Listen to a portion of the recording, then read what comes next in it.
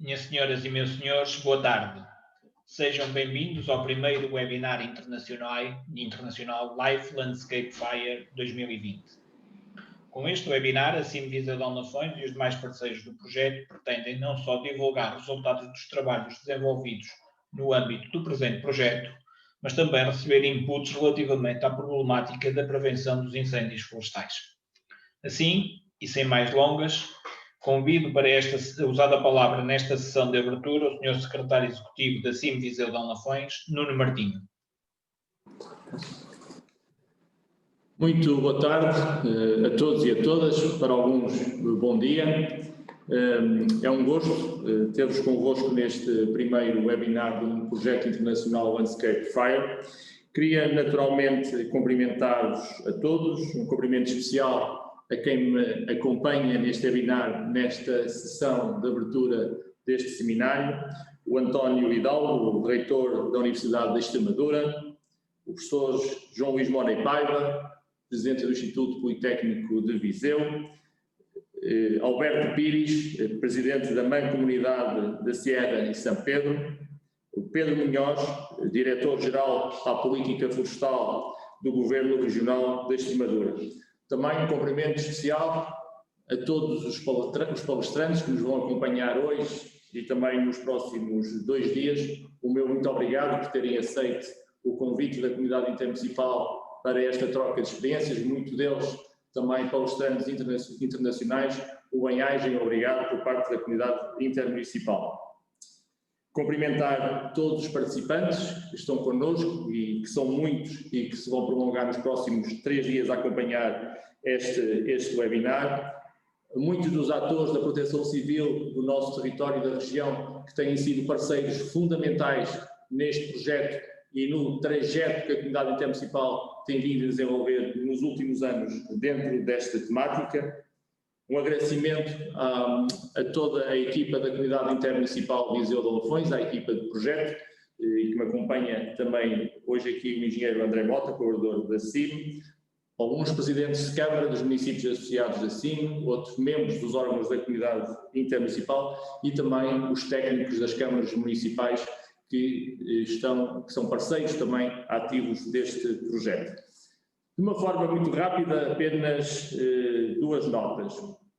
A primeira é para, de facto, reforçar e dar uma nota importante sobre o trajeto e o trabalho que a comunidade intermunicipal e a região tem vindo a fazer ao longo dos últimos anos no domínio da proteção civil intermunicipal e da defesa da floresta contra incêndios. E é fundamental, quando hoje temos este primeiro webinar internacional, num projeto internacional LIFE, que a comunidade intermunicipal teve a audácia de assumir este desafio e esta candidatura internacional com outros parceiros, é sempre importante percebermos como é que chegámos até aqui e o trajeto que foi desenvolvido num caminho que se fez caminhando ao longo dos últimos anos.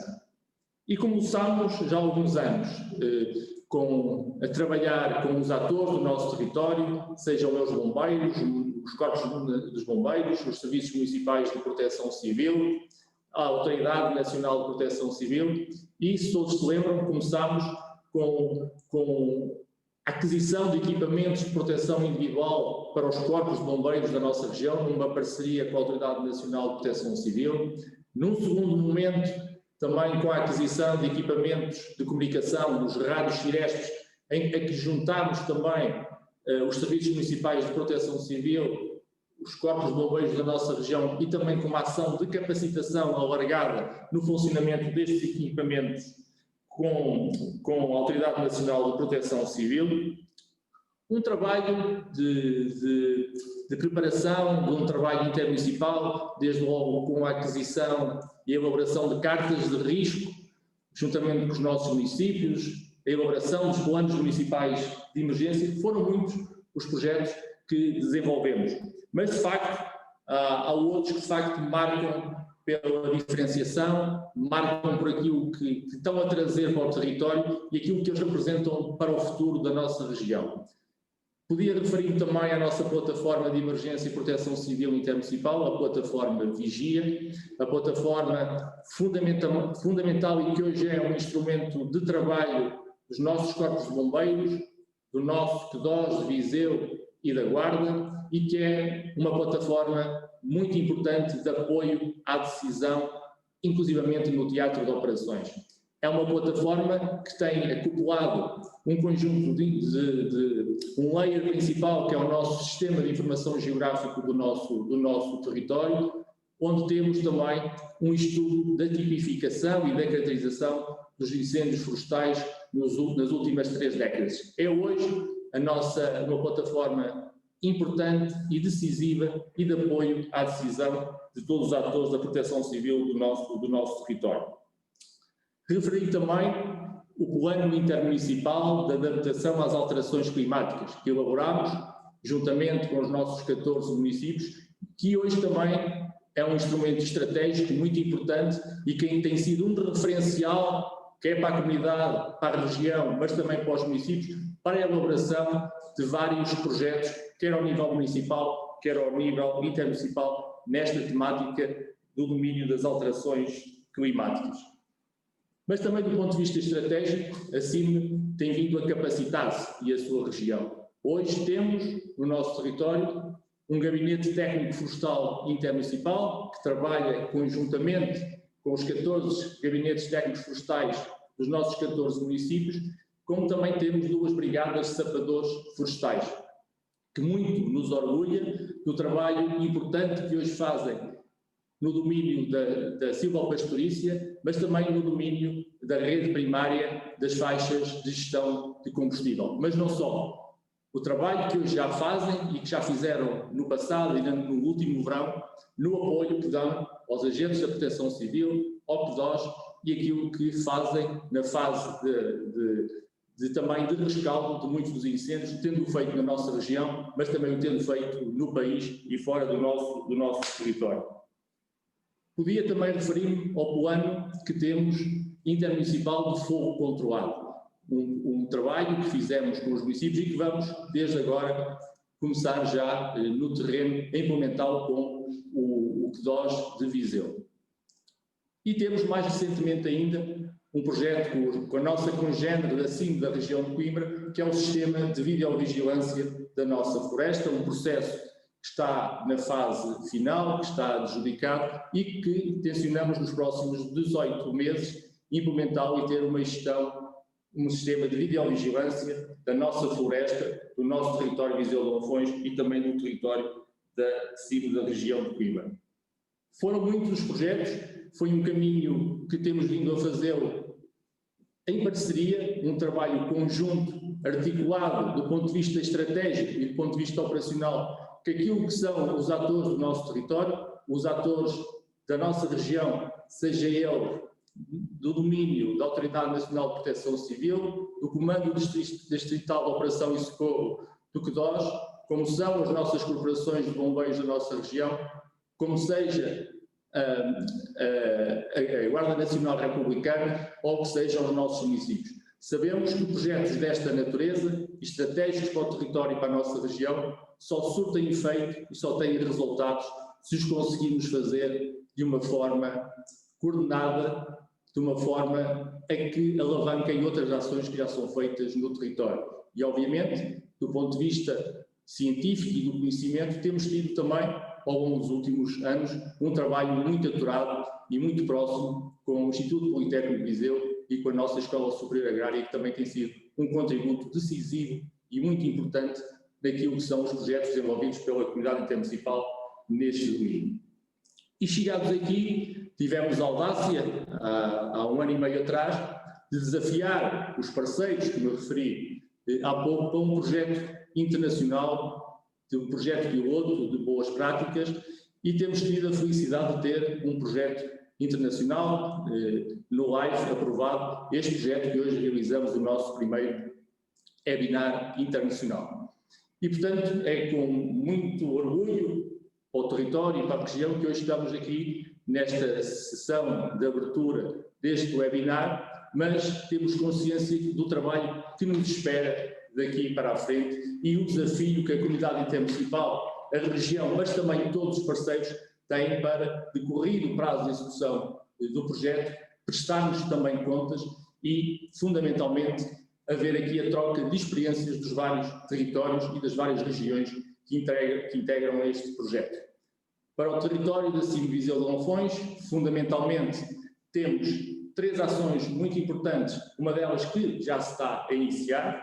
Nós temos um trabalho importante, que é importante desenvolver no território, que tem a ver com a capacitação dos agentes que estão na nossa região no domínio da proteção civil, e irá-se iniciar desde já a capacitação desses técnicos, que são 25 técnicos em fogo controlado e também 50 técnicos em operacionais de queima, um projeto de capacitação decisivo e estratégico para o território que vamos iniciar desde logo, ações de fogo controlado, que também vamos envolver no primeiro trimestre do próximo ano, e também um projeto piloto, este muito importante, que é a utilização da pastorícia para a redução da carga de combustível nas zonas rurais.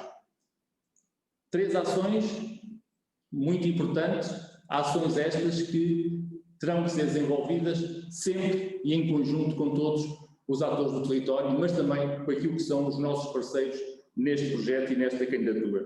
Pretendemos, fundamentalmente, desenvolver também um plano de ordenamento do pastoreio e da pecuária extensiva mediante a experimentação em zonas piloto. É um projeto ambicioso, é um projeto que tem a grande virtualidade de ser um projeto que permite também deixar uma semente para outras ações piloto de futuro. É um projeto que vai depender muito também o seu sucesso daquilo que nós fomos capazes de apreender com os nossos parceiros e replicar as boas práticas para o nosso território, mas são destes bons desafios que a comunidade intermunicipal gosta, que a região também aprecia, e sabemos que vamos estar à altura das nossas responsabilidades.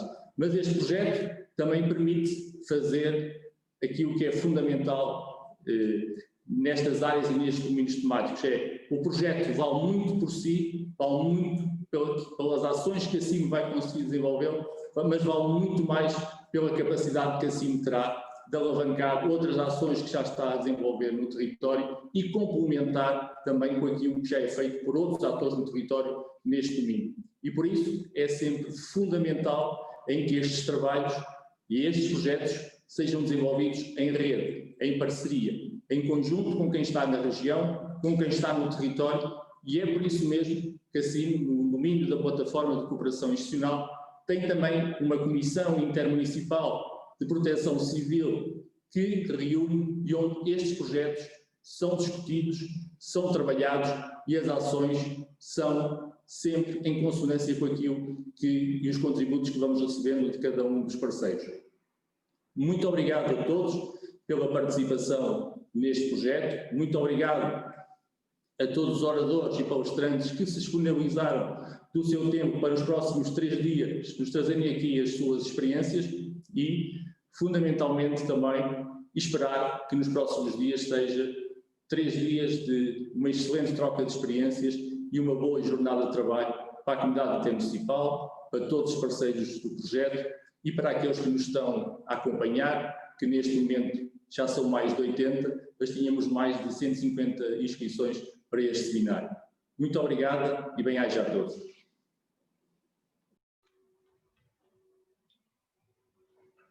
Muito obrigado. Irá agora usar da palavra o Sr. Reitor da Universidade da Extremadura, António Hidalgo. Muy buenas tardes a todos. En primer lugar, quiero darle la bienvenida a la Universidad de Extremadura, al entorno virtual o online de la Universidad de Extremadura en el que se va a celebrar este seminario de Landscape Fire 2020. Las razones por las que estamos en este entorno son por todas conocidas y son debido a la pandemia producida por el coronavirus. En segundo lugar, agradecer la invitación que han tenido los organizadores para que participe en este acto de apertura, lo cual para mí es un honor y una alegría poder compartir estos momentos con todos ustedes. En cuanto al objetivo de este congreso, para la Universidad de Extremadura es bastante importante, terriblemente importante.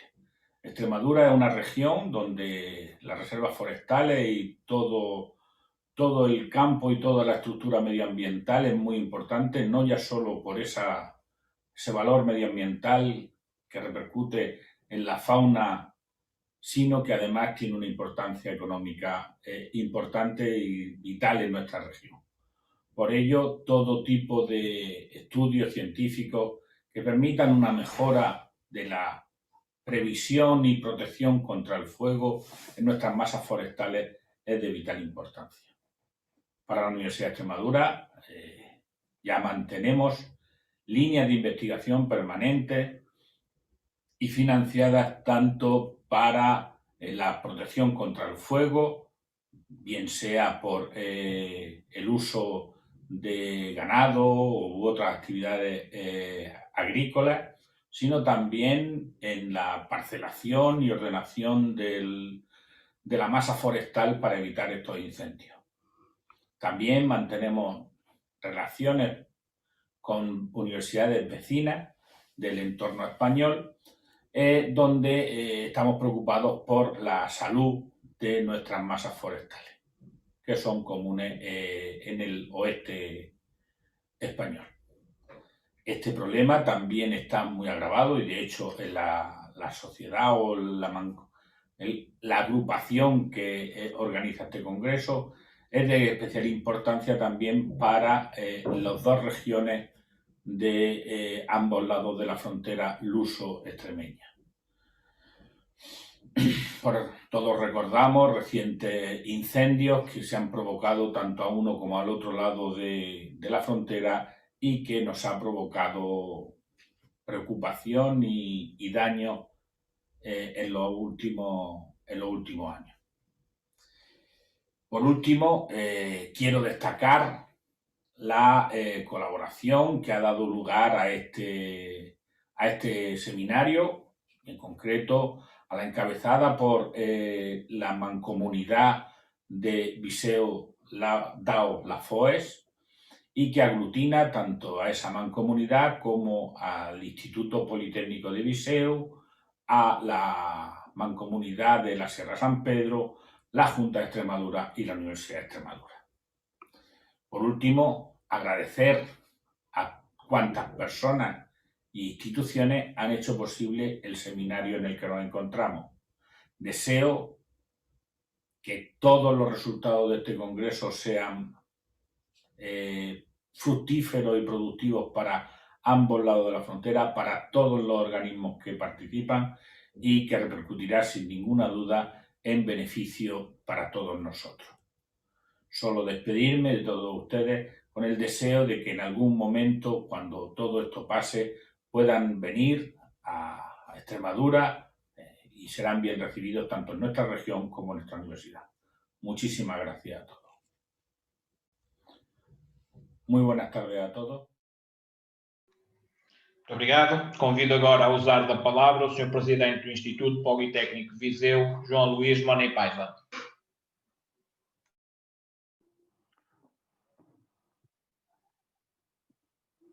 Boa tarde a todos. Os meus cumprimentos em especial à organização e à comunidade intermunicipal por ter organizado este seminário nestas condições sobre um tema tão importante.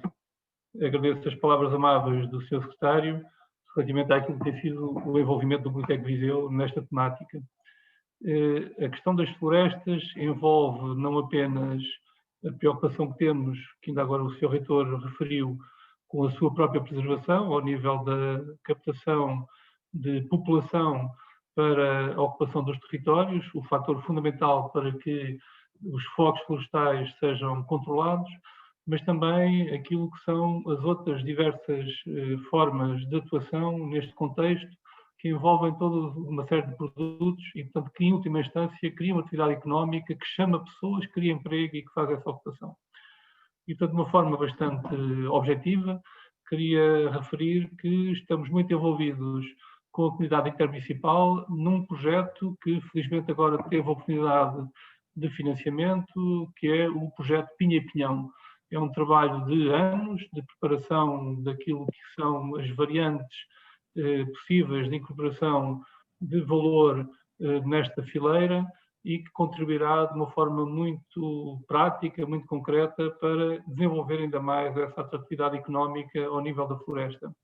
Mas a floresta também são as questões relacionadas com a transição de questões ambientais, com a preocupação que temos em fazer uma transição que seja poupadora do nosso ambiente, com a mitigação das emissões de dióxido de carbono, quer através daquilo que é a possibilidade de substituir parte de combustíveis por combustíveis verdes neutros do ponto de vista do carbono, quer através daquilo que é também a necessidade de, mantendo áreas de respiração, possibilitar que as alterações climáticas sejam também elas controladas ao nível da captação do dióxido de carbono. Portanto, há um conjunto muito vasto de áreas onde a importância da floresta é evidente e onde a instituição onde me encontro pretende participar, pretende ajudar, pretende participar naquilo que é o esforço da comunidade para que essa atividade económica, gerador de emprego e de postos de trabalho locais, possa ter uma maior solidez.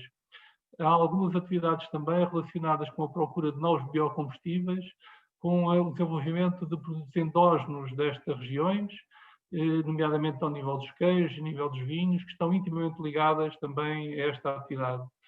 A produção de cogumelos, que é uma das componentes muito significativa daquela iniciativa que referi há pouco da Pinha do Pinhão, uma vez que há uma concorrência benévola entre a produção de cogumelos e aquilo que é uma maior taxa de absorção de nutrientes por parte do sistema radicular das árvores que constituem a floresta. Portanto, há toda uma série de aspectos onde estas atividades podem ser concretizadas e queria terminar dizendo que o Politecnico de Viseu continua empenhado nesta ligação e nesta utilidade para a nossa comunidade ao nível dos desafios que forem sendo colocados neste âmbito como noutros. Termino com um cumprimento repetido e os meus cumprimentos também estendidos àqueles que vão participar nestas reuniões e que procurarão fazer avançar este projeto de forma a que se obtenham bons resultados no final. Muito obrigado. Obrigado. Irá usar agora da palavra a representante da Mancomunidade Sierra de São Pedro, Núria Martínez.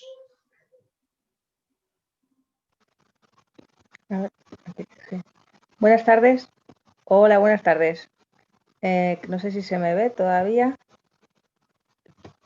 Bueno, quería primero agradecer a la organización del seminario tener la oportunidad de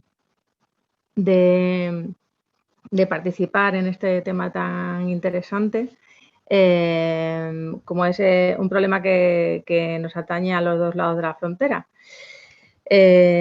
Tanto en Portugal como en España, aquí en Valencia de Alcántara, que estamos justo en el borde, tenemos un riesgo muy elevado de incendios y tenemos que buscar ya soluciones, es una cuestión urgente. Este proyecto de colaboración entre España y Portugal creo que brinda esa oportunidad de al menos empezar a diversificar el paisaje, que puede ser la única solución viable y sostenible en el medio y en el largo plazo para combatir este riesgo de incendios que provoca tantos daños y problemas cada temporada a los dos lados de la frontera. Mencionar el enorme interés del presidente de la Mancomunidad, Alberto Piris, en este proyecto, que estuvo desde el principio muy interesado en participar, y disculparle que hoy no ha podido asistir, tal y como aparece en el programa, pues por circunstancias relacionadas con las nuevas tecnologías. Bueno, muchísimas gracias y espero que sea de mucho provecho el seminario. Obrigado. Para encerrar a sessão de abertura deste primeiro webinar internacional Life Landscape Fire 2020, convido a usar da palavra o Sr. Diretor-Geral para a Política das Florestas do Governo Regional da Extremadura, Pedro Munhoz. A ver. Ahí. Buenas tardes a todos. En primer lugar, muchas gracias por su invitación a participar en este seminario, en el que la Dirección General de Política Forestal de la Junta de Extremadura va a participar dando a conocer dos temas en los que venimos ya trabajando. Por un lado, el tema del pastoreo preventivo, un tema novedoso que se ha proyectado dentro del proyecto Mosaico, del que mañana, hoy mismo en el panel, en el siguiente panel, Fernando Pulido, director del proyecto, me imagino que dará detalles y explicará, y que ya se ha comenzado a realizar con pastores de la Sierra de Gata y Urdes, como pastoreo preventivo frente al riesgo de incendios en dos comarcas tan importantes como Sierra de Gata y Urdes. La idea es que con este proyecto LIFE se amplíe esta experiencia a la zona de Valencia de Alcántara, en la comarca de Sierra de San Pedro. En el segundo tema con el que vamos a participar es el tema de las quemas prescritas y las quemas controladas, también como prevención de incendios, como experiencia, en el que participaremos haciendo formación sobre esa experiencia que venimos realizando desde hace ya bastantes años dentro de un plan de quemas en la comarca de Sierra de Gredos, en la zona alta de la Sierra de Gredos. Con este plan siempre se proyecta buscando la conciliación entre ganaderos, representantes o implicados en el tema cinegético y la población en general. Es un proyecto, como digo, tiene sus dudas porque hay gente pero algunos sectores ecologistas pues lo están cuestionando porque pudiera afectar a alguna especie concreta como el desmán, pero bueno, haciendo un buen proyecto y una buena delimitación de las zonas, eligiendo la época concreta y como digo, conciliando a todos los sectores, pues creemos que están funcionando. Y lo que haremos pues será un poco explicar. Quien va a participar con este tema es José Antonio Navalón, que lo hará en el panel 3. Entonces, bueno, pues espero que las dos experiencias que contemos pues sirvan para que sean productivas en este seminario y que se puedan sacar buenas conclusiones. Y nada más, buenas tardes y que sea productivo el seminario. Muito obrigado a todos os intervenientes. Terminada que está a sessão de abertura, passo a palavra ao Fernando Pulido, da Universidade da Extremadura, para moderar o primeiro painel, intitulado Land Use and Planning for Fire Prevention. Fernando, a palavra é tua.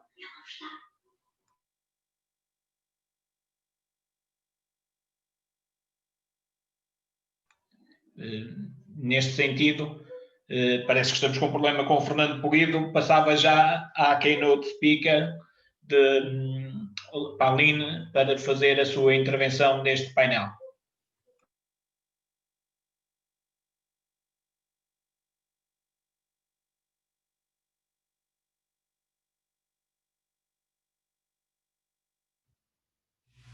Hi, my name is Lynn Hunsinger. I'm a professor at the University of California, and I'm very grateful to you for inviting me today to speak.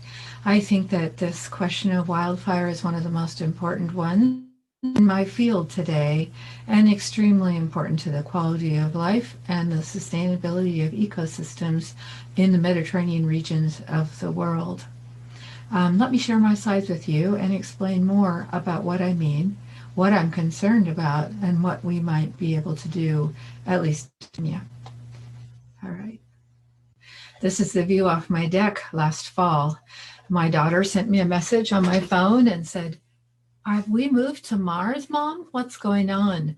I mean, this was incredible and continued for quite a while. We've had a serious wildfire problem in California. And for some of the reasons that we have for this problem, we share with Portugal. And I'll talk about that. I think it's really important that we figure out what to do. I'm going to talk about why we have so many wildfires in California. I'm going to talk about the costs of firefighting, and I'm going to talk about some potential methods of preventing fire, or at least reducing the hazard of fire. Portugal, this is a few years ago, terrible loss of life, damage to forests. And you know, we share that. This is California, a couple years ago, tremendous loss of life in this particular fire, the Camp Fire. Very sad and becoming more common every year, unfortunately. We share that with Portugal. We're a Mediterranean region, and Spain. We have hot, dry summers with no rain, perfect for burning stuff up, and cool, wet winters without frost, perfect for things to grow so that they can burn in the summer. And in California, we have 40 million hectares. To the left of the black line would be the areas that we consider to have a Mediterranean climate in California. The grasslands and farmlands of the valley, the oak woodlands of the lower part of the Sierra Nevada, and the mountains forests. This is Sacramento here, where I showed the climograph from. 2020, what a mess. Many fires in California in 2020. Huge, devastating, terrible fires. Berkeley is about here. There was where we were living on Mars for a bit of time. Now looking at California, over time, we thought 2018 was a big fire year, but my goodness, 2020 was crazy. It actually made me rethink my reasons for living in California. I like this picture. It's a good picture and it's got spectacular fire in it, but it also shows something that firefighters have told me several times now. When we need a place to make a stand, we look for a cow pasture. We can fight the fire in a cow pasture because it's pretty safe. Now I have to say that in 2020, cattle were burnt up. They're not completely safe when they're in the forest, especially when they're on forests owned by the federal government.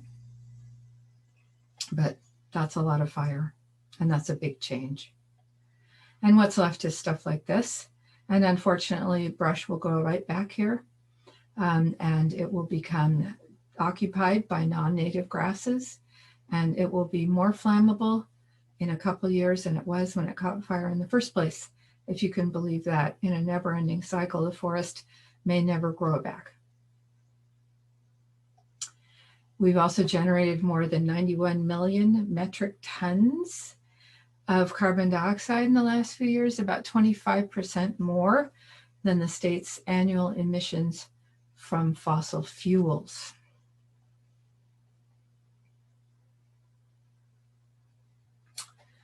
California is also spending a lot of money. Our firefighting agency, the state one, is one of the most expensive in the world.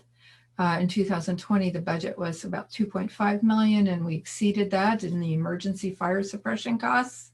And now the budget's going to be over $3 billion to fight fires in California. Along with the climate, we also are having climate change. California is getting steadily warmer. This is the winter temperatures. And you see graphs like this that show that with climate change, we have a lot more fire than without it. And we do have climate change.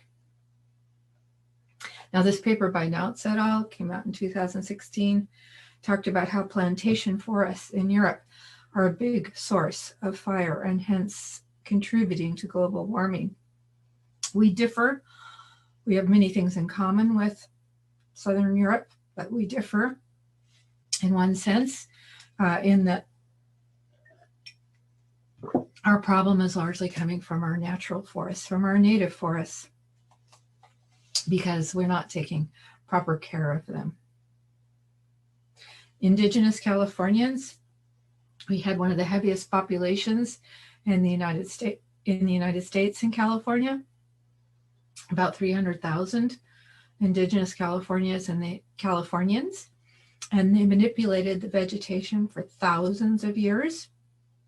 Acorns from oak trees, very rich food for Indigenous Californians, and so they used fire to manage for more oaks and less conifers for vegetation around their own homes, to create better habitat for wildlife. Always attracted big game, strongly attracted to areas that have burned, to the regrowth on those areas, and to reduce disease and insects, burning almost every year, quite a lot.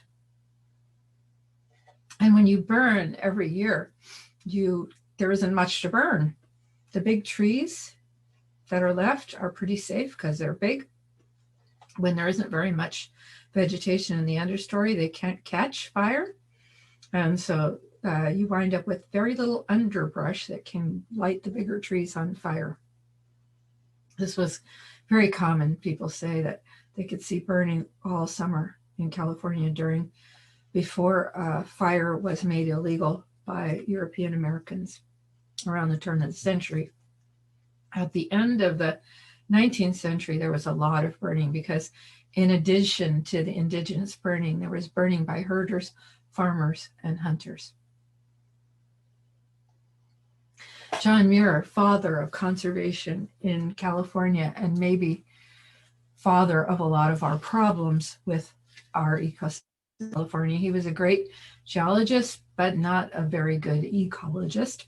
He didn't understand that the range of light, the forests that he loved in the Sierra, in the High Sierra, were created by fire, created by Indigenous Californians, who at this time were being suppressed and murdered, and wrote, "The fire is a big threat to the forests of the country, and that nature sends down fire from heaven every year in the form of lightning, making the care of man all the more necessary."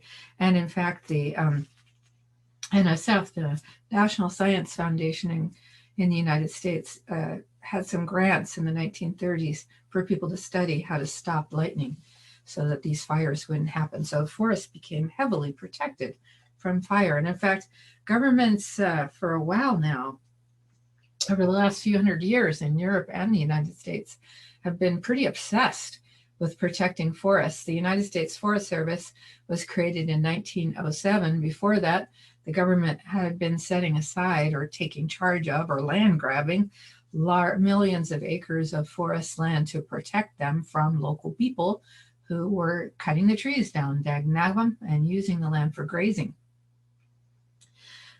Forests are, of course, a long-time military and economic good at the time, very valuable.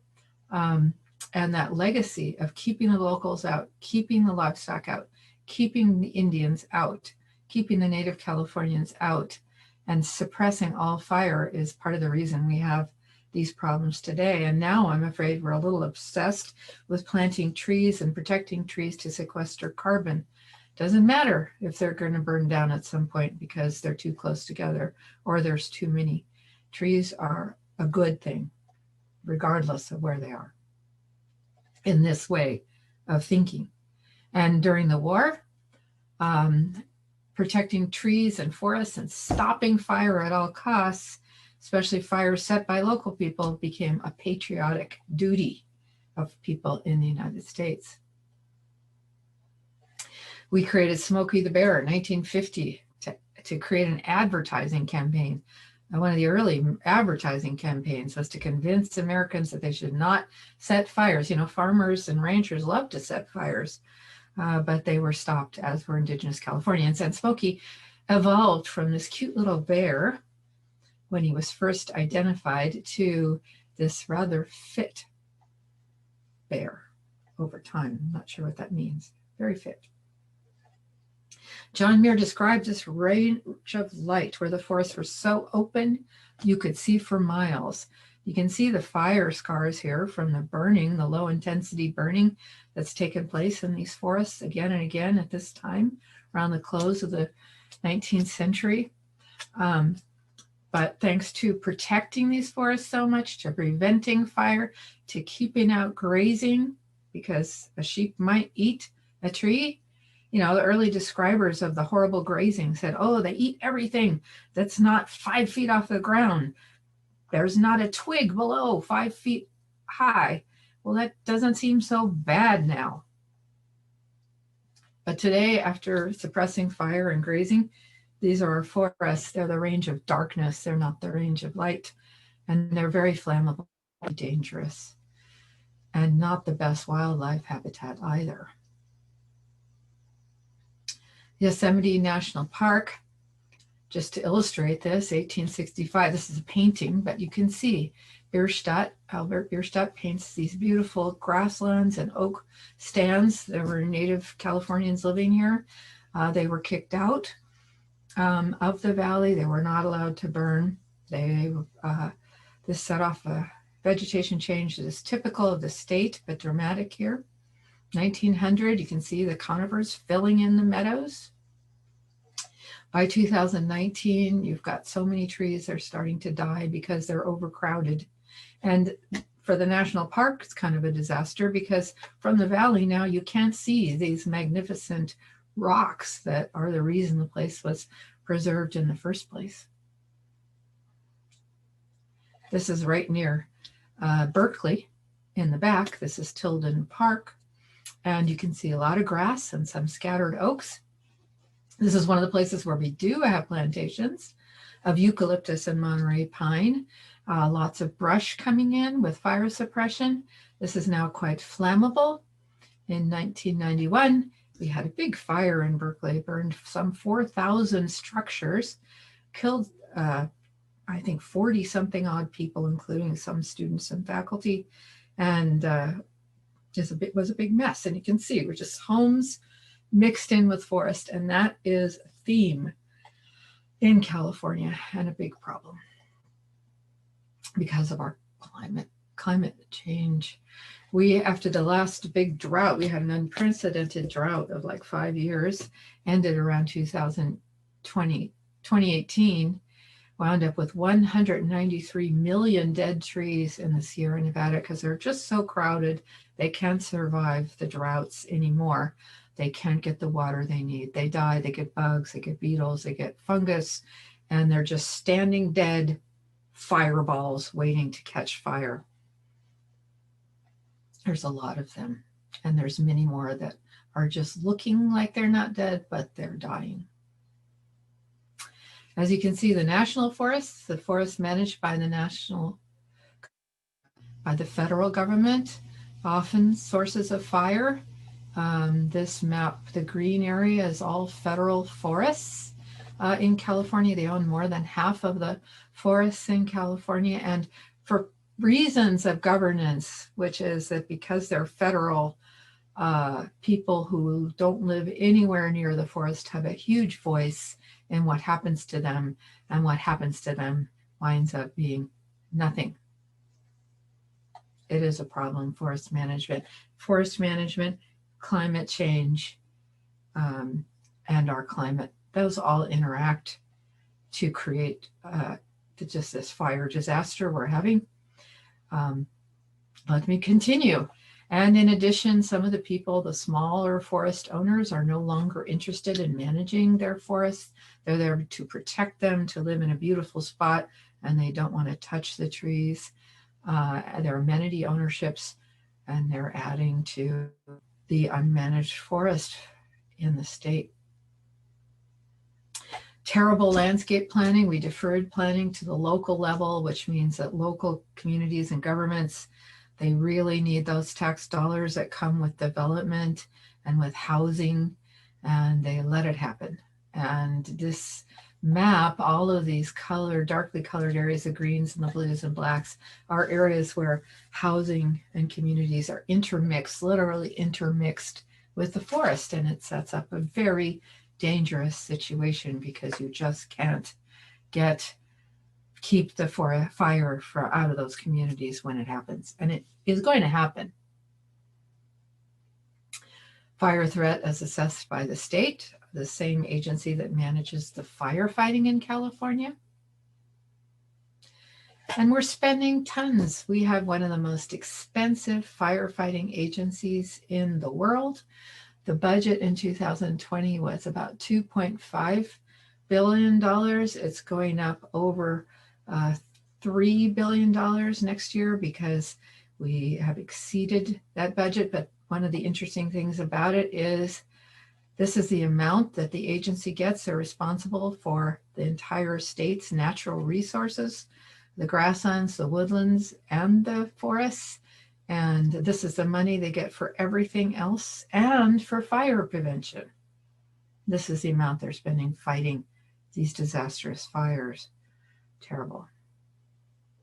The cost of fires, of course, is way, way beyond a few $billion because of the homes that are lost, the health damages that are incurred. It's truly a disaster.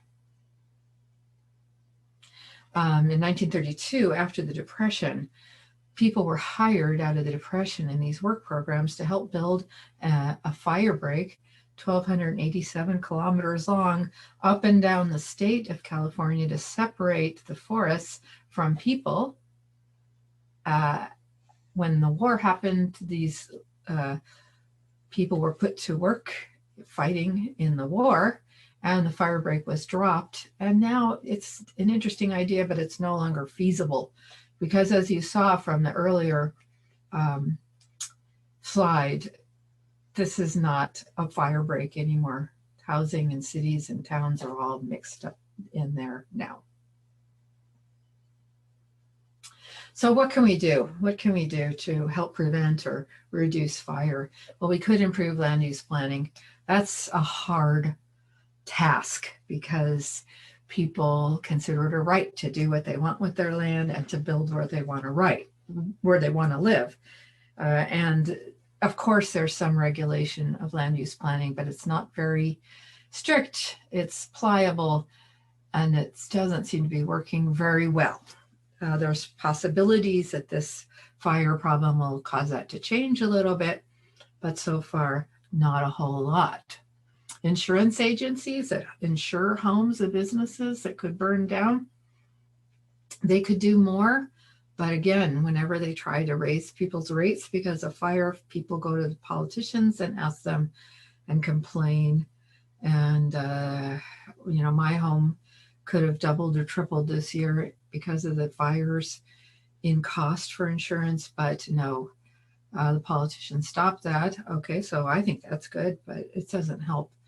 What we really need to do is when people build out there, we need to say your insurance is going to be higher so that they can make the decision not to build or buy out there. But anyway, that's complicated too, not something I knew much about. Hardened homes, homes that are fireproof. They're possible to make homes more fireproof, to clear the land around the homes. It's expensive, and a lot of people up in the mountains are poor. There's some poverty up there as well as some very wealthy people.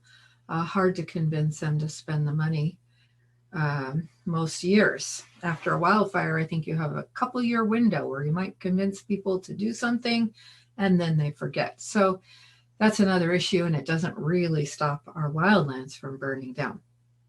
Reintroducing indigenous burning, prescribed and controlled burning, thinning of trees, and livestock grazing are the areas that I know more about and that seem possible to me. So here's a typical vegetation change slide, or picture. Here is an oak, and here is a Douglas fir conifer tree, and that tree is going to grow up and shade out that oak. And the oak is far more valuable for wildlife and biodiversity, and plus this grassland oak woodland is not nearly as flammable as the forest of Douglas fir that's going to take over here will be. A very dangerous sort of forest. And this is happening all over the northern part of the state today. These kinds of vegetation change are happening. These are some Yurok tribal members. They learned how to burn from their grandparents, and they're part of the tribe's efforts to restore burning practices to the land that the Yurok people have now. One of their problems is Douglas fir. They very strongly value oaks, and they would like to restore some of their land to oaks. Douglas fir is a valuable timber species, so timber producers tend to not see the problem. And the Yurok have some land they set aside specifically for growing it for income. But on some lands, they very much want to restore indigenous burning, and they want to manage the land that has Douglas fir on it to be more open and less flammable. Oops. Burning forest protects salmon, and other lessons I learned from the Yurok, an interesting article about learning from the Yurok about how burning can preserve the environment. They feel they have a responsibility to take care of the land. Here they're being visited by some other indigenous people along the in this picture. Very important culturally. And just like everybody else, they have to get permits to burn. They have to submit notices that they're going to burn and get public comment. They have to go through the regular regulatory practices. Ama Mutsun is a tribe local to Berkeley, and they don't have a big reservation to burn, but they do have relationships with some parks and preserves, other kinds of lands where they've been granted opportunities to conduct management. And they're doing some wonderful things, attempting to restore fire, reduce some of the conifer trees, and enhance the oaks and grasslands and prairies that were useful to them for hunting and living in general, and acorns. So we also have community organizations, community forests, communities that are often surrounded by federal land that they don't have authority over, trying to sort of fight back and create more opportunities for burning, create more education for landowners about how they need to manage their forests. They're called fire safe councils. They've got some funding from state and federal agencies and from donations. And the participants are generally a mix of cooperating agencies and local government people and local community members. They use education. They do a lot of educational outreach to local communities, and they give out some grants to encourage fire prevention practices like vegetation thinning, even prescribed burning. The Quincy Library Group is a good example of that. It's a truly grassroots organization. It was started in 1993 and accomplished some of its goals by 2012. Local loggers, civic leaders, and environmentalists got together. They wanted to thin 81,000 to 97,000 hectares, thin that forest in 5 years. It took them 14 years to do that because there was a lot of lawsuits, which is typical in this country because people think cutting down a tree is horrible, and a lot of funding gaps over time. But eventually they did manage to thin even more, 121,000 hectares. It cost $2,500 per hectare to do that. Hard to imagine extending that to millions of acres. But here's Quincy, surrounded by federal land that they don't have control over, that they, in large cases, are excluded from harvesting timber on, that are a huge threat from wildfire for the community. And this stimulates some activism in these communities. Now, one thing I thought you might be interested in is that if you ask scientists and professional managers what the fire problem's about and what's involved, they came up with this very complex diagram for what drives fire patterns and the need to remove vegetation and all of those kinds of things, what should be removed and fixed. But then when you ask the local community what's to do with this fire frequency and intensity, wow, now those people were thinking about a lot of different things. And it goes to show that local communities know a lot about how a community relates to the forest and to the environment, and really need to have a role in forest management. Now the feds and the federal government and the state governments have agreed this year to thin millions of acres of forest. It's one of the things that happens when you have a fire season like we had in 2020. So for the next 20 years, they're going to harvest about a million acres a year. I have this later in hectares. Maybe 40 million hectares. No, anyway, about 1 million hectares a year to improve the fire hazard situation. And if you do this in the right areas where you know fires are more likely to start and where fire is going to travel through to get to the rest of the landscape, you can make a difference, even though out of the total forest acreage, it's going to take a while. Prescribed and controlled burning is another way to reduce the brush and the grass that starts fires in forests.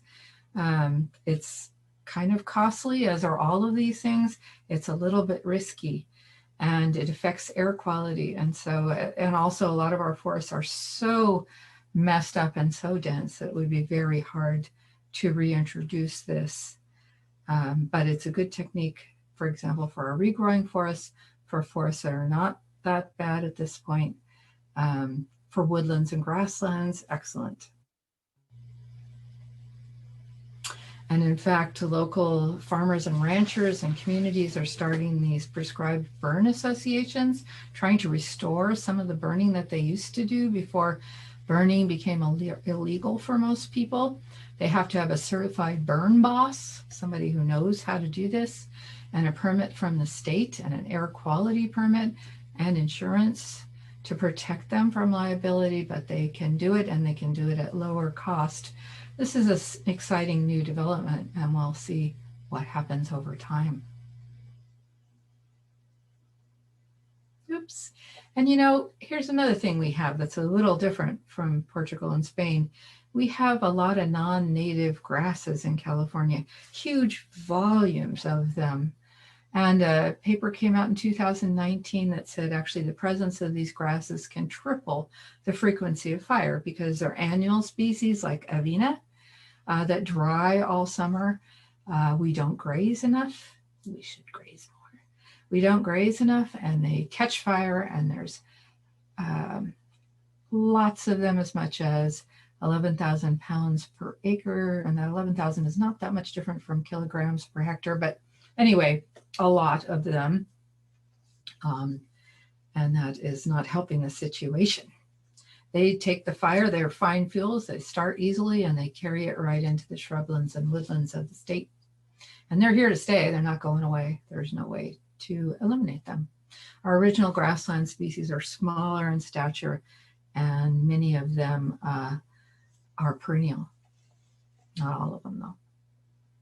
We actually don't know very much about them because this happened in 1769. It started to happen.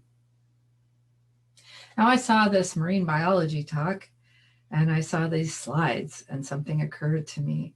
This is a reef high in biodiversity, lovely reef, and these herbivorous fish keep it that way by eating all the algae, but sometimes people fish out the herbivorous, and you wind up with this. And it occurred to me, this is California today with the new grasses and not enough grazing. This is what we have, and it's bad for biodiversity, and it's bad for fire because our native species of plants and animals did not evolve with this kind of thing, and they're having a very hard time, some of them. A lot of endangered species in California, as a result, benefit from grazing because it removes some of this stuff. Fire can also, grazing can also suppress brush in some situations. Some brush, not all of it. Some of it's simply not edible.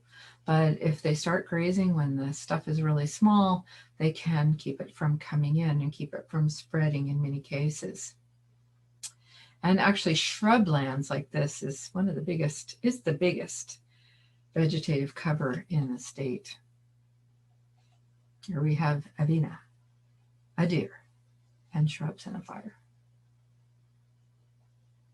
Here's another illustration of the value of grazing. And this is a field station, grazed on the left, not on the right.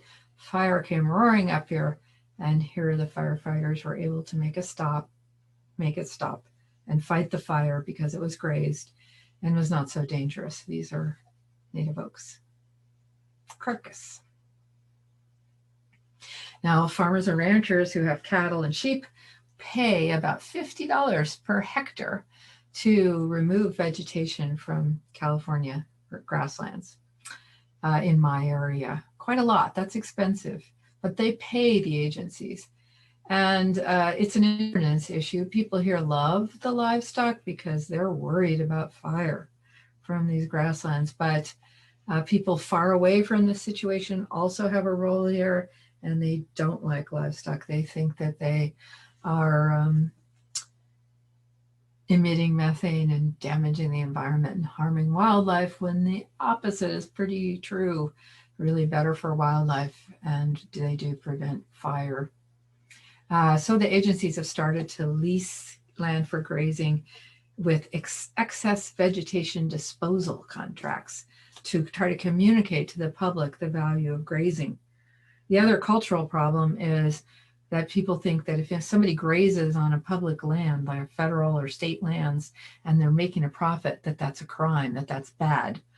They really need to think about that, because that means my tax dollars are not paying for the grazing. But they don't think about that, apparently.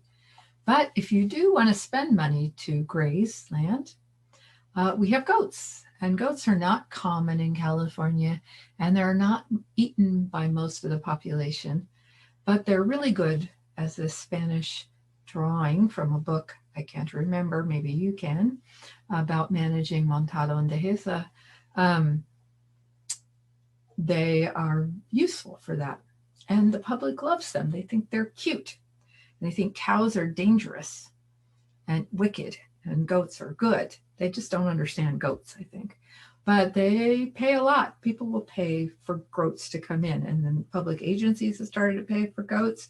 It's becoming quite a great business. They are good in town because they are not, there's very little danger of them harming a person. They fit into small places, and they're better with woody vegetation. They cost about $2,500 per hectare. You have to pay for goats. So if you want to graze public land without having a rancher pay for it, you can hire goats for $2,500 per hectare. And they're very popular today. This is a goat company in my area. They have 11,000 goats. They can truck them anywhere you need them. And they have somebody there all the time to watch the goats and keep them safe. And they're wonderful people, and they do a good job. There's a lot of these companies emerging, and we don't know much about them right now. Good research project. Some of our alumni decided to look at goat or cow grazing in California and what it accomplishes. And they found out that California forests, let's say there are 13 million hectares, wildfires have been burning 1.6 million hectares a year. The thinning project of the feds and the state is to burn 0.4 million hectares a year. Prescribed and controlled burning, we're not having much success getting that out on the land. So far, less than 40,000 hectares a year. But there's a lot of barriers because of the risk. Goats, we don't know. Cattle grazing, 8 to 12 million hectares a year by 1.8 million cattle, removing 5.5 billion kilograms of fuel. Now, they're grazing grasslands and woodlands, as well as some forests. 5.5 billion kilograms of fuel or vegetation removed a year. That's impressive. And if people looked at this, they might think a little bit more about the tremendous value of grazing for fire hazard reduction. The problem is we've been grazing, for meat, increasingly for biodiversity and habitat improvement. We haven't really studied how to graze to prevent fire. We need to do that. Where should we graze? How much? How often to reduce fire hazard? We need to study that. Some areas we may need to graze how we normally do.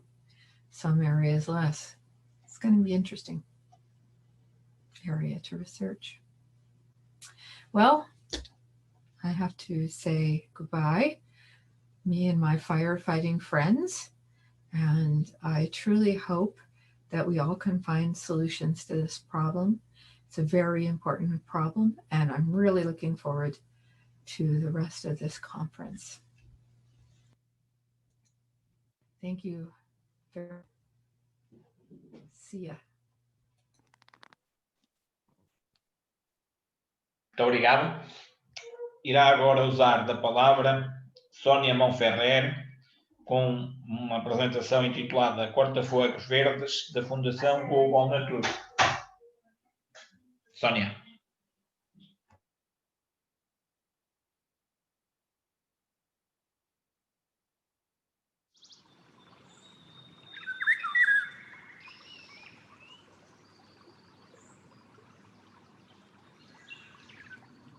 Hello, everyone. My name is Sonia. I'm working in an NGO, Fundación Global Nature, and I'm very proud and very happy to share with you this project that we have done with the Council of Cabanes, that it's a tiny village that is right here behind these mountains. And this is a 3-year project, which is called Cortafuegos Verde. That is something that could be translated as green fire break or something similar.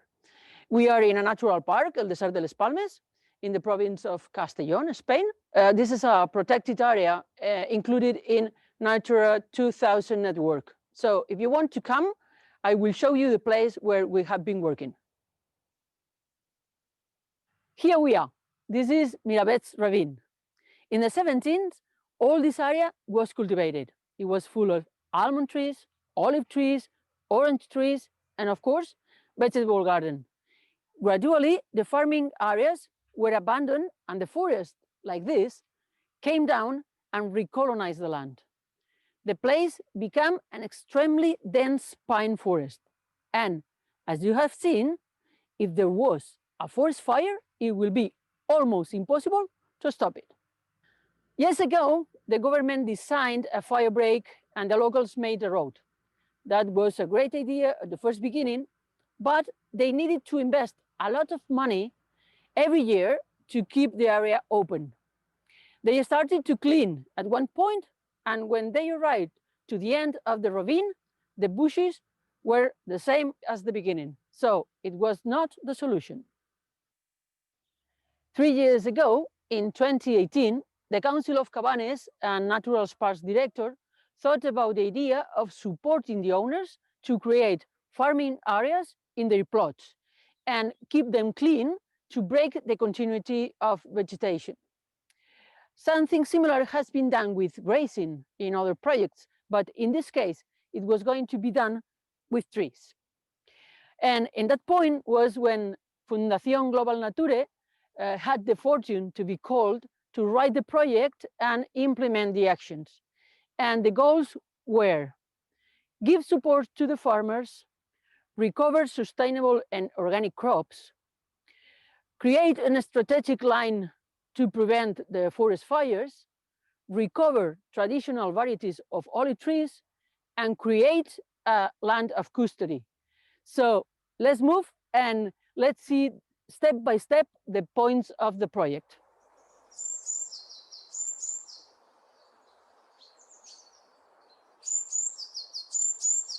So here we are. Let's see the project step by step. The first point, the funding. We present the project to request funding. This money comes from European Agriculture Fund for Rural Development, or as we say in Spain, Fondos FEADER, Fondo Europeo Agrícola de Desarrollo Rural. The investment comes 53% from European Union, almost 9% from the Department of Agriculture of the country of Spain, and a little bit more than 38% from Valencian community. The owners of the plot don't receive any cash. They don't have to spend any money either. And all the funds are invested in the plots because we need a huge amount of agriculture machinery. Second step, find the owners. It was very difficult to find the owners of the plots. It seemed something obvious, but it took us ages to find them. We spent at least 3 months writing letters, sending emails, and making phone calls in order to find them. After that, we had a meeting with them, and over 100 farmers came to listen, and we explained the project. 27 owners signed the document of compromise, allowing us to work in their lands, and we started with the land of custody. 51 plots were in the project, which makes a total of 14 hectares of land. The third step, cartographic study. The aim was locate all registered plots of land and decide which ones to work on. Priority was given to those areas which are less than 100 meters from the fire break. In other words, those that are close to the axis of the road. Okay, fourth step, technical stuff of the plots. Many of these plots had been abandoned for so many years that the land were not agricultural anymore and had been registered as forest lands. Therefore, our first task was to review the cartography of PATFOR, Forest Technical Action Plan, and try to recover the plots as agricultural areas. According to the law, you can ask for reclassification in 2 cases. The first one, when the forest cover occupies less than 30% of the surface, or prove the existence of agricultural tree species that occupy more than 50% of the land. So we went to each plot, measured the area, counted the number of the trees, and made the reports that we needed. The fifth step, paperwork. The cadastral changes were made, and finally, these were the results. 11 plots were already agricultural, but needed a change of crop permit. The pine trees were removed, all trees pruned, and olive trees planted. 30 plots of land that were once forest land, either totally or partially, have now been converted to agricultural land. 5 remained as a forest plot because we couldn't change them as the law doesn't allow it. These leave the project, but as they are in the project area, they were cleaned with the help of the forest firemen. 5 were far from the fire break area, so they are outside of the project. This is the end of the first phase of the project, which focuses on the processing of documents. Number 6, implementation. This is when we started to work on the land, cutting pine trees, removing the timber and the bushes, tilling the land, etc. 7, varieties of olive trees. 2 local ancient varieties of olive trees were chosen, and we planted 222 of them. These trees were chosen for the fungal resistance in humid areas. These olive trees had been especially produced for this project. Number 8, training. Training was provided for farmers, and a manual on the management of the olive trees was written for planting to harvesting, including pruning and prevention of pests and diseases. Let's talk about the future. The implementation of this project has been difficult because we couldn't find the owners and it was hard for them to trust us. Our idea is to ask for financing and repeat the experience. Nowadays, the owners know us. We have access to them as a simple way. And after seeing the results of this first project, they trust us. So it will be much easier to repeat. Finally, we propose the additional action of helping them to set up an association. In this way, once the projects are finished, the owners can contact with the administration without us, and they can ask for subsidies together. Thank you very much for listening, and if you need something, here you have the information and our contact. Thank you very much.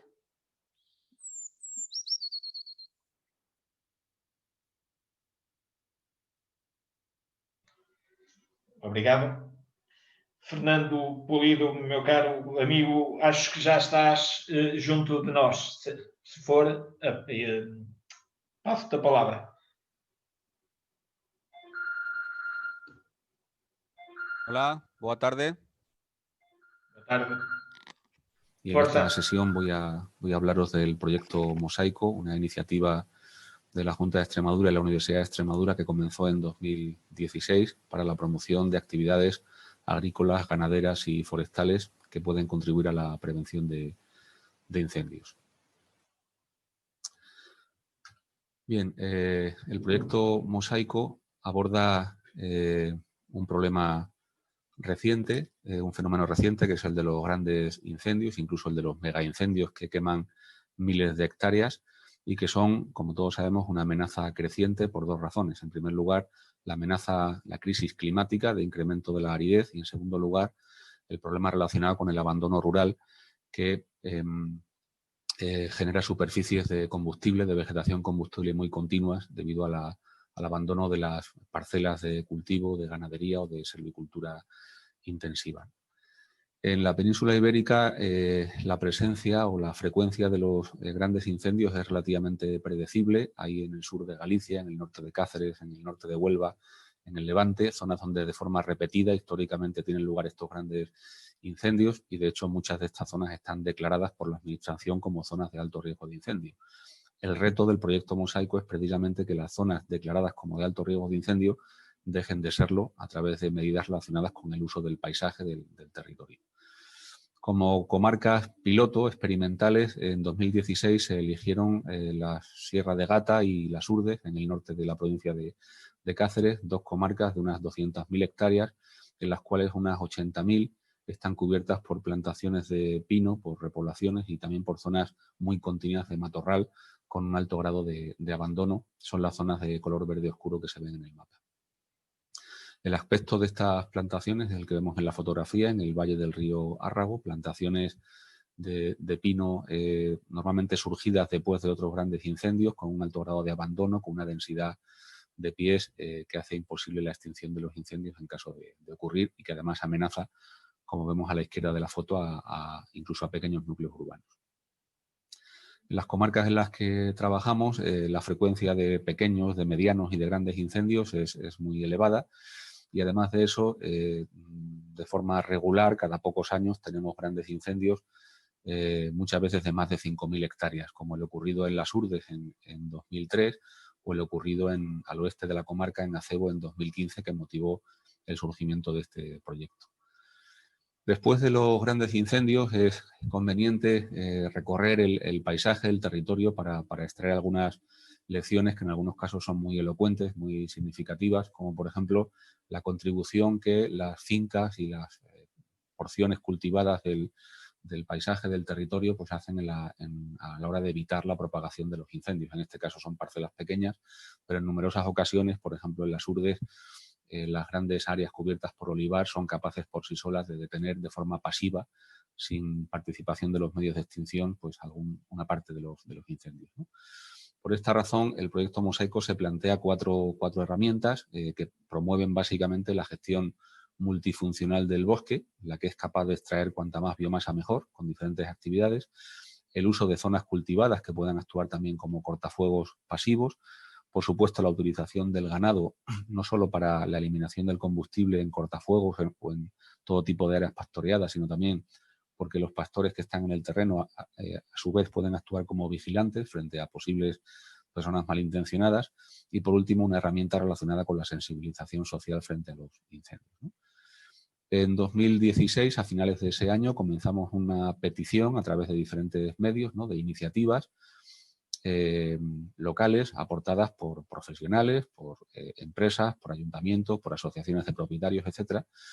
De manera que en estos últimos 4 años hemos apoyado, hemos asesorado casi 250 iniciativas y todas ellas en su conjunto pues tienen una importante capacidad de gestión del combustible en estas comarcas, ¿no? Las iniciativas que hemos apoyado hasta la fecha más o menos se reparten de forma equitativa entre las que implican el cultivo del territorio, las que implican el manejo forestal y quizá con un poco más de incidencia las que implican a ganaderos. También la barra negra de la derecha pues, nos habla de iniciativas mezcladas en las cuales el emprendedor es de tipo agroforestal y combina diferentes actividades, y luego hay una pequeña proporción de iniciativas múltiples que tienen lugar en grandes fincas, normalmente de propiedad municipal, que abordan diferentes tipos de sectores productivos. Este mapa es una forma de reflejar la presencia de esas iniciativas con diferentes colores según el sector productivo implicado, y como se ve, estas iniciativas son capaces potencialmente de cubrir una superficie muy grande del territorio, en concreto, en todos los casos, siempre por encima de 10 veces más la superficie de cortafuegos actualmente existente en las comarcas. Estamos hablando de unas 12.000 hectáreas en una comarca de en torno a 200.000 con 80.000 hectáreas de superficie forestal. La idea básica, la herramienta básica del proyecto es muy simple, no es nada innovadora y básicamente plantea una comparación, o más bien una complementación entre los cortafuegos tradicionales que requieren un mantenimiento periódico a un alto coste y estos otros cortafuegos que vemos a la derecha de carácter productivo, ¿no? Los cortafuegos productivos serían cualquier porción del territorio que bien a través del ganado, del cultivo o del uso forestal mantienen la parcela libre de combustible en sectores bastante amplios del terreno, de forma que podrían incluso ayudar a parar incendios sin intervención de los medios de extinción o también apoyar la intervención de los medios de extinción en su caso. A la derecha lo que vemos es una parcela plantada con castaños. La elaboración de cortafuegos productivo, como decía antes, puede llevarse a cabo con ganaderos, en este caso con cabreros que están participando en un programa remunerado de limpieza de cortafuegos y de áreas adyacentes, aunque también pueden limpiar otras áreas lejos de los cortafuegos. Y también podemos hacerlos con agricultores que normalmente se dedican al cultivo a los cultivos leñosos, ¿no?, de árboles frutales de diferentes especies, que además este tipo de cultivos con un papel cortafuegos pues son intensivos en mano de obra, implican mucho a la población local y eso implica un alto grado de sensibilización frente a los incendios. Ejemplos concretos de estas reducciones, ¿no?, más o menos grandes de combustible mediante el uso planificado del territorio, podríamos encontrarlo, por ejemplo, en Descarga María. Dentro de este programa, del proyecto Mosaico, la Administración ha elaborado planes periurbanos para eliminar el combustible en radios de 400 metros alrededor de cerca de 50 núcleos urbanos en la Sierra de Gata y en las Urdes, y en Descarga María, que es un pueblo que nos sirve como ejemplo, pues todas esas zonas rojas se han eliminado y en el entorno del pueblo pues el aspecto del paisaje actualmente es ese, y ahora sería el momento de promover algún tipo de uso ganadero o agrícola o forestal que permitirá mantener ese sector limpio de combustible. En esa zona en concreto sería apropiado, por ejemplo, el pastoreo con cabras o el uso de plantaciones como la que se ve en la parte un poco por encima del pueblo, plantaciones de alcornoque en baja densidad que se mantienen limpias mediante desbroce. Otro ejemplo, en este caso en Villabuenas de Gata, una gran franja de territorio que el ayuntamiento en el entorno del pueblo, en una zona que se estaba invadiendo de matorral y de pinar, pues ha utilizado para construir un cortafuegos productivo con 8 especies de árboles cultivados, especialmente de castaño y avellano, y gracias precisamente a las labores de mantenimiento de la plantación, pues ese cortafuegos está plenamente vigente y además generando, como decía antes, una importante mano de obra. Otro ejemplo, en este caso, es en pino franqueado en las Urdes, donde actualmente se está haciendo una desbroce y corta de un antiguo pinar adyacente a un cortafuegos que puede verse en la imagen, y ahí de los próximos meses se van a plantar 40 hectáreas de castaño, cuya gestión va a corresponder a los vecinos del pueblo, en principio repartiéndose entre 1 y 2 hectáreas para cada vecino que lo tiene solicitado. Si este mismo tipo de cortafuegos productivo pudiera ejecutarse en todos los pueblos de las urdes, y esta es una idea perfectamente viable, podríamos decir que el entorno periurbano de estos pueblos quedaría protegido frente a los incendios. Por tanto, es una idea que pensamos que se va a extender claramente en el futuro. Otro ejemplo de este tipo de actuaciones, en este caso es una parcela privada, enclavada, ¿no? Una especie de islote privado dentro de una masa forestal de pinar bastante abandonado, donde una persona particular pues, ha hecho una plantación de 10 hectáreas de castaño, por una parte, y también de madroño, que es otra especie forestal altamente productiva y que tiene una buena comercialización, que actualmente está alcanzando bastante auge en Portugal y está empezando también en la parte extremeña, ¿no? Bien, hay muchos otros ejemplos que podíamos contar. Me centro ahora en los resultados del proyecto en los últimos 4 años como consecuencia de la implantación de estas iniciativas, ¿no? En este mapa hicimos al principio del proyecto una estimación mediante una serie de variables topográficas, de vegetación, etcétera, de cuál era el riesgo de incendio en las comarcas de actuación. Las zonas naranja y roja son las de riesgo más elevado. Y en este mapa lo que puede observarse es cuál es el riesgo de incendio estimado en las zonas en las que se está interviniendo en el proyecto. Como se ve, la mayor parte de las zonas de actuación tienen riesgos en rojo, en naranja o en amarillo, por tanto tienen riesgos elevados. Y en este gráfico lo que hacemos es estimar la reducción del riesgo potencial que podemos estimar si todas las iniciativas del proyecto estuvieran ya plenamente culminadas, ¿no? Entonces podemos concluir, aunque esto es un ejercicio académico que habrá que llevar después a la práctica, que en torno al 11% del riesgo de incendio estimado se ha reducido en estos 4 años.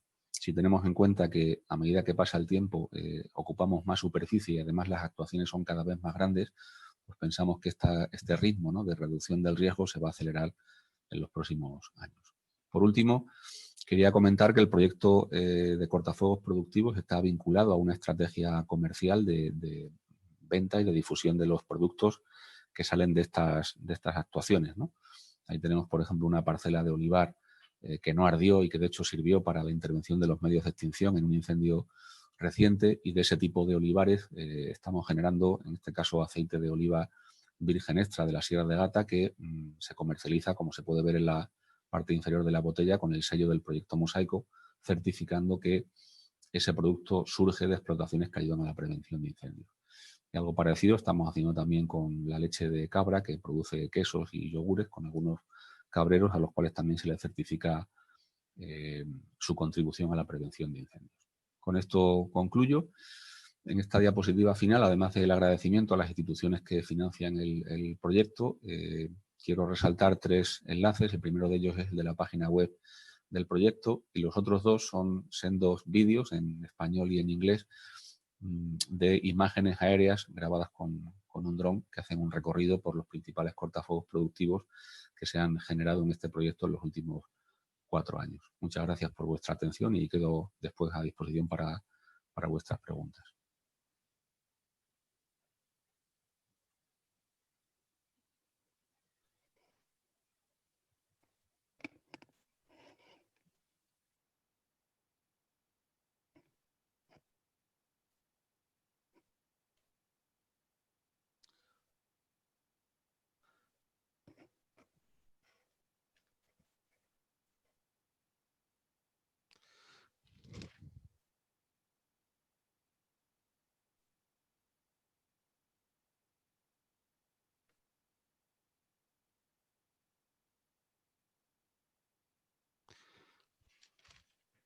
Hola, no sé si podemos continuar con la presentación de Joao Carlos Martins Acevedo.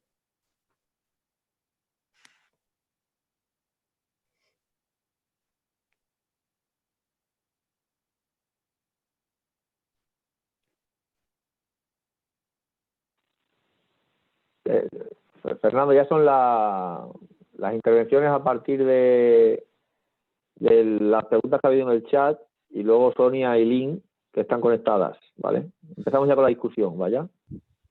Bien.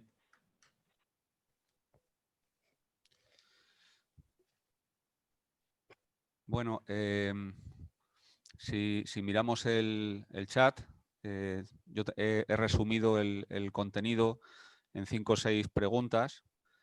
La primera de ellas se refiere al impacto del aclarado forestal y de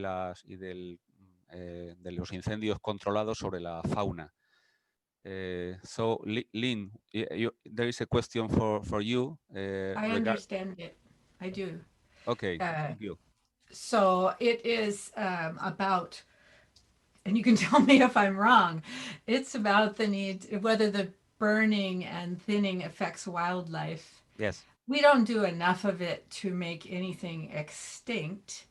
There are some animals that need an old forest that's very, that's not an old growth forest, but thinning, if you leave it in the structure that it was in before all this growth, doesn't affect that animal.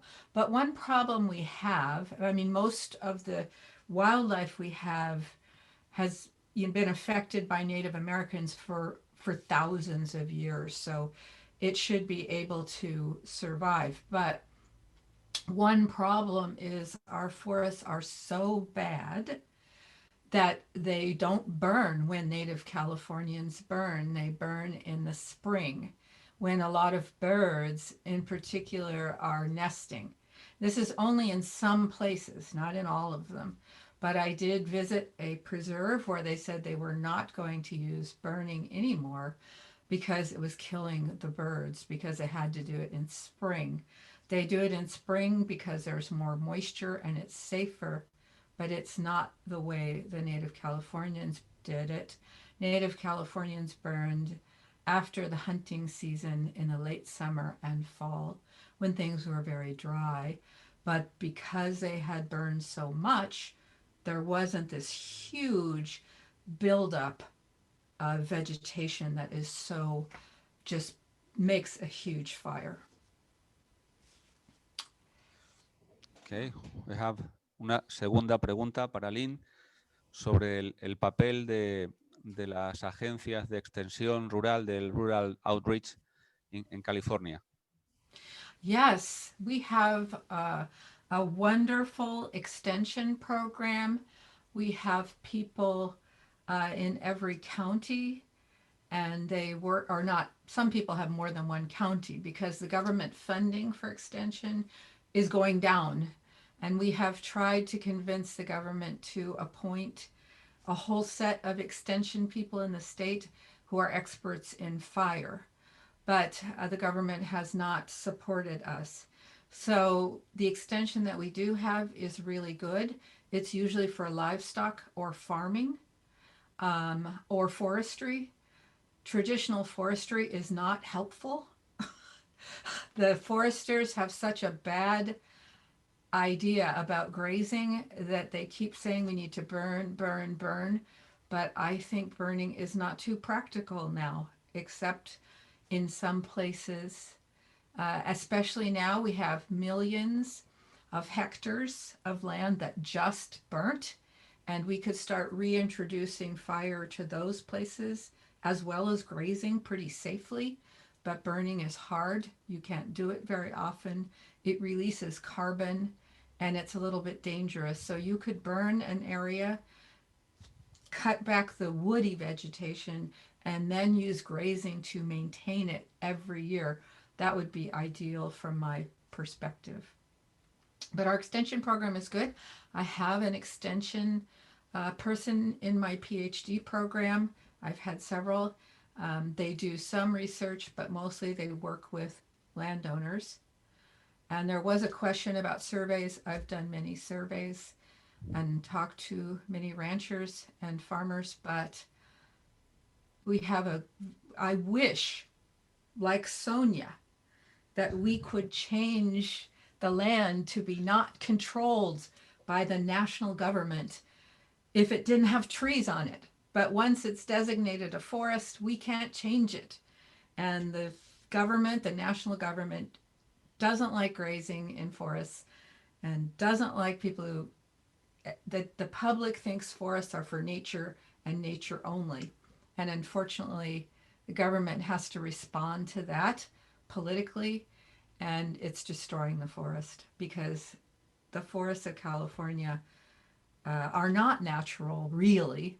They were managed for 10,000 years by Native Americans, and people don't seem to understand that. So this beautiful forest and continent that Europeans found, they didn't understand that it was not natural, including John Muir. I'd want to say that the Spanish settlers in California understood the environment much better. They had a grazing tradition, and the Northern Europeans that came later. Una nueva pregunta para Lynn se refiere a la importancia en California, la importancia en términos de superficie que representa el pastoreo en las áreas forestales de California. Sure. So that last slide that I showed before I showed the cows, I'm sorry that the focus was not so good. And it showed you that actually the study of grazing in California about this was done by extension people. In fact, the lead author is an extension person from near Berkeley. And they found that cattle grazing in California occurs on 8 to 12 million hectares and removes 5.5 billion kilograms every year. I think it is the largest anti-fire method and the safest that we have. We don't have enough cows. And as somebody asked in a different question, the public and foresters do not understand grazing. They think it's always bad. I did my dissertation research about 100 years ago, studying grazing in the forest. And I know that it can work, not everywhere, but in some places it can work, especially after you thin or burn to get rid of the woody vegetation, it works. Now we have many small goat companies, and we don't know anything about them, and we need to know more about them. And I think that's a great research project, but they're new. And we don't have a long tradition of shepherds. The shepherds we've had are mostly in the mountains, and they're Basque or they're Mongolian. They're workers from other countries where they do have shepherds. In California, we just have fences. Hay una última pregunta o comentario para Lynn, aunque creo que es un comentario más general sobre la necesidad de hablar con los ganaderos para buscar una aproximación con ellos, conocer sus necesidades, etc. Lynn lleva décadas haciéndolo, así que seguro que puede respondernos. Was that a question? Because I didn't understand that one. Yeah, it's a question about the need to talk with the shepherds and yeah, okay, how we can that. approach them to make them collaborate and cooperate in this issue. Well, I'm like the first person in California who started surveying ranchers and farmers. And they need what they need. One of the things they really, really need is they need the public to support them and understand them. They feel like they do a good job, that they help prevent fire, that they actually improve habitat for wildlife. They do, but that the public hates them. And they need that support. They do, because they need that support to get the federal government to do things, to get local officials to plan for them. But in the United States, it's all about nature and wildlife and protecting. And we're protecting it to death. And now the federal government is reintroducing wolves, which I know is a problem here as well. And we support nature. We like nature. But we have, fire is nature too. But we have to live here. I was also asked, maybe you should say this about payments for biomass removal. The cattle farmers pay to do it. they don't get paid usually. The park or preserve or landowner gets money. Our parks get thousands of dollars from cattle ranchers that they use to improve the parks. It's great. And they reduce fire hazard. I mean, it's great because the parks then have all this money. It's a little hard on the ranchers, but they can do it. They can do it. The goats, you have to pay for the goats. And that's because Americans don't eat very many goats. Spanish people, Islamic people, Mexicans, they like goats. Most Americans don't have a tradition of eating goats. So there's not a market for the meat, much of a market, just a small one. It's getting, but it's small. So they're not making a profit from the goats except for being paid for grazing, for fire protection. And they have to hire a shepherd. And like I said, we don't have shepherds because we have dogs and coyotes that eat the goats. Goats get eaten really easily, so they have to be watched a lot all the time. You can't keep those animals out with fences. So they have to pay someone to watch the goats too. And they hire all kinds of people like hippies and college students and also people from Mongolia and Mexico to watch these goats. And Venezuela, I met some Venezuelans who were watching sheep. So it's very different, and it's very interesting, the differences between us and you. And I love what you're doing, and I wish I'd like to figure out how to do more of it. Muchas gracias, Lynn. Thank you very much. Vamos a comentar dos preguntas que se han dirigido a Sonia Monferrer sobre su proyecto en Castellón de recuperación de cultivos. Sonia, ¿estás ahí? Aquí estoy, aquí estoy. Bueno, gracias, Sonia. La primera pregunta interpreto que se refiere a las dificultades legales del cambio forestal agrícola que todos hemos sufrido. Sí. Bueno, ese es el paso más difícil. No solamente para nosotros, sino para los agricultores. Un agricultor se encuentra con la documentación de la administración y se vuelve loco. Me vuelvo loca yo, que me paso el día mirando papeles, para ellos es una locura absoluta. Entonces, esos trámites es lo más complicado de conseguir dentro del proyecto. Por eso es tan importante que la administración, y en este caso la fundación que llevó a cabo el proyecto, se dedique a ayudar a los agricultores a conseguir ese cambio de cultivo. Para ello hay que ir a cada parcela, mirar cuántos pies de antiguos cultivos hay en la zona y mirar la densidad para poder pedir el cambio de forestal a agrícola. Y eso ha sido lo más difícil de todo el proyecto. Bueno, muchas gracias, Sonia. Creo que interpreto que no hay más preguntas para ti, aunque si quieres aprovechar para dar alguna explicación sobre algún aspecto que te parezca importante, pues puedes tener medio minuto. Medio minuto, pues aprovecho. Sí, por ejemplo. Aprovecha. Simplemente comentar que estos proyectos, lo difícil de ellos es empezar, porque hay que encontrar a la gente y los campos están abandonados desde hace muchísimos años. Ahora, una vez creas comunidad y la gente ya se conoce y ya participa del proyecto, son proyectos que resultan muy rentables porque los propietarios consiguen poner en valor sus tierras sin hacer ninguna inversión. Y es un win-win situation. Son proyectos que todos salen ganando. Salen ganando los propietarios y sale ganando la administración porque tiene la zona limpia y puede conseguir controlar los incendios en caso de que los haya. Muy bien, en relación con eso yo tenía una pregunta para hacerte, para terminar este debate.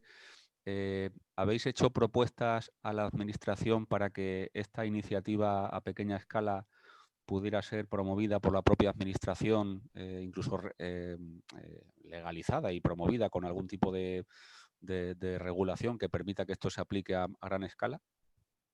Sí, no lo hemos propuesto nosotros, ha venido la administración a pedírnoslo, o sea que eso es mejor todavía. Sí, la idea es que dentro de parques naturales, al menos esa es la escala a la que estamos trabajando, y después en parques nacionales se pueda llegar a ayudar a los propietarios. La estrategia está abierta para que no solamente se lleve a cabo, sino para que se pueda expandir a cuantos más lugares mejor. Ha gustado, la idea ha gustado. Muy bien. Muchas gracias. Voy a contestar yo brevemente 2 preguntas que se me han hecho. La primera tiene que ver con cuando he hablado de la aportación que los ganaderos y los pastores en las áreas de prevención de incendios hacen también en términos de vigilancia, ¿no?, y de custodia del territorio.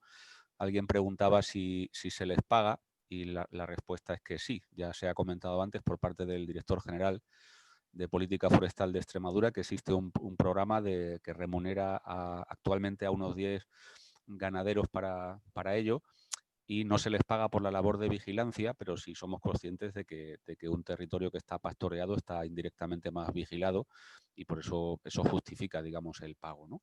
Y la otra pregunta que se me hacía tenía que ver con la aceptación comercial de algunos productos que surgen del proyecto Mosaico y que nosotros certificamos que proceden de explotaciones que contribuyen a la prevención de incendios. Ahí, lamentablemente, no tenemos datos porque son productos que han surgido en los últimos 1 año o unos cuantos meses. No podemos dar datos sobre eso, pero pensamos que el mensaje que lanzan esos productos es un mensaje potente y quizá pues se amplifique en el futuro. Y con eso, pues aprovechando que son exactamente las 6 de la tarde, concluimos este panel.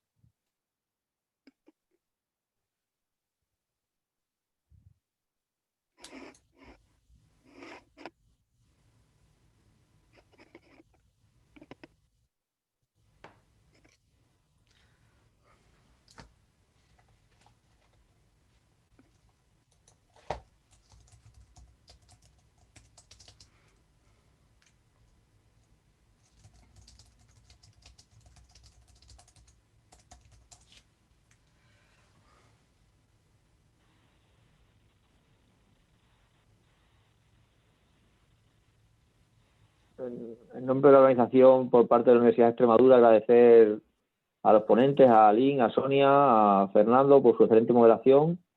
Y si no tiene que añadir nada a alguien por parte de la Cámara Intermunicipal de Viseu, daríamos por concluido la primera sesión, recordando que mañana a las 3 hora Lisboa o 4 hora Madrid seguimos con el segundo panel sobre Grazing for Wildfire Prevention, pastoreo para la prevención de incendios forestales.